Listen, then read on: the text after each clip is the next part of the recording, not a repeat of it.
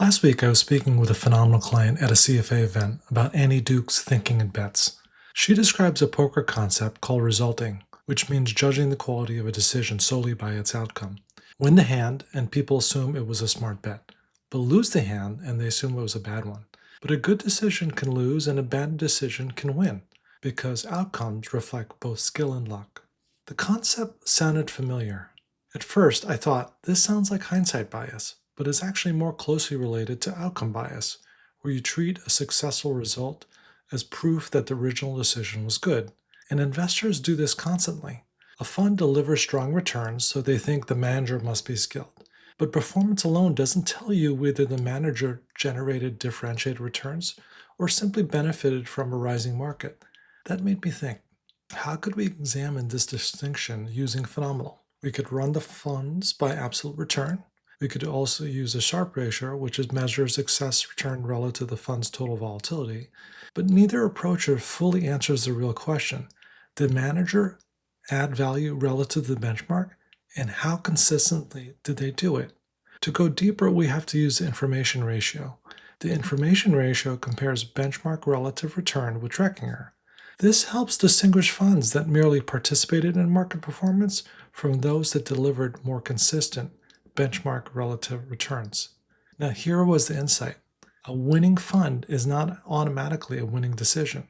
A high Sharpe ratio can indicate attractive return relative to total risk, but when the question is whether an active manager consistently added value against an appropriate benchmark, the information ratio can be more revealing. A persistently high information ratio may provide evidence of a repeatable benchmark relative performance rather than a single lucky outcome. It does not prove skill by itself. The benchmark, time period, fees, T-stats, they all still matter. But it gives investors a better starting point than simply chasing whichever fund recently performed best. I think for investors, it helps shift the conversation from which fund won to which manager generated consistent active returns for the risk taken. That is how investors stop resulting and start evaluating those PMs that make good decisions. I think anyone can look skilled after one winning bet. The real test is whether the manager repeatedly adds value after separating their performance from the market. Don't chase the winner. Let me show you on Finominal where to find these statistics.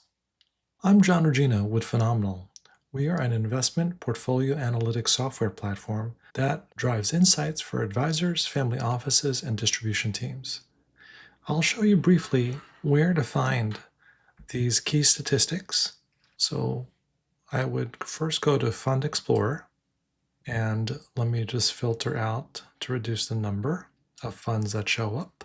Under the Overview tab, you'll see a drop-down, and you can proceed to diversification and risk. And the first statistics that I talked about was Sharpe ratio. So you can see that you can sort this from descending to ascending order, and you'll see a number of different scores. The drop-down will drive you to different statistics according to what you're looking for, but we're talking about luck versus skill. The information ratio lives in a different place. So let's pick this Invesco QEW, and this will take us into Fund Analyzer. And now within Fund Analyzer, you'll see that in the Overview tab, there's a number of different statistics. And in those statistics, you'll see Sharpe ratio again that we saw earlier. It will feed the benchmark, which you can change. But more importantly, we can scroll to the right and we can see the information ratio. There's a tracking error, excess return that makes up this number. So there you have it. Those are the statistics that you can review at your own discretion. Thank you for exploring this use case with me.